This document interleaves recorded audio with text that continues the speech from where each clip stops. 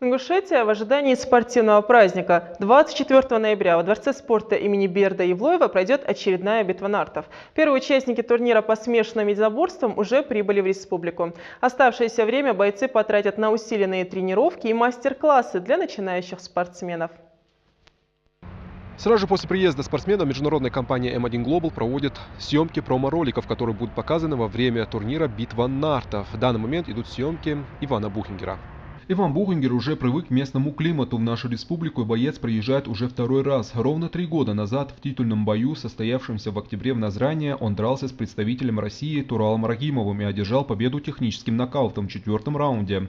И на этот раз словацкий боец смешанного стиля тоже не собирается уехать без победы. Со своим будущим соперником, ингушским бойцом, Иван Бухингер хорошо знаком и считает, что опасаться неприятных моментов во время боя не стоит. Главный бой вечера за титул чемпиона М1 Challenge в полулегком весе боец планирует завершить техническим нокаутом.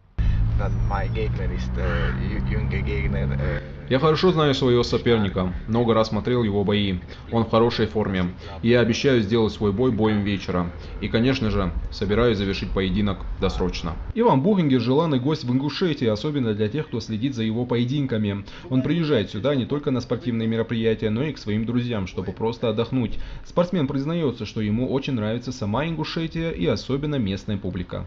Мне нравится приезжать к вам в Ингушетию, нравится драться здесь, потому что люди, местная публика очень азартные и любят борьбу. Здесь на Кавказе ценится это не так, как в других странах, а ценится намного больше. Любовь публики к боевым искусствам, борьбе в особенности. Ежегодный турнир «Битва нартов» состоится 24 ноября во Дворце спорта «Магаз». Организаторы обещают провести его на высшем уровне. Все бои, а не только главный поединок за титул чемпиона по полулегком весе, по словам спортсменов и тренерского состава, будут зрелищными и запоминающимися. Магомед Ювлоев, Магомед Гагиев, Мадина Мардиева, Вести Ингушетия.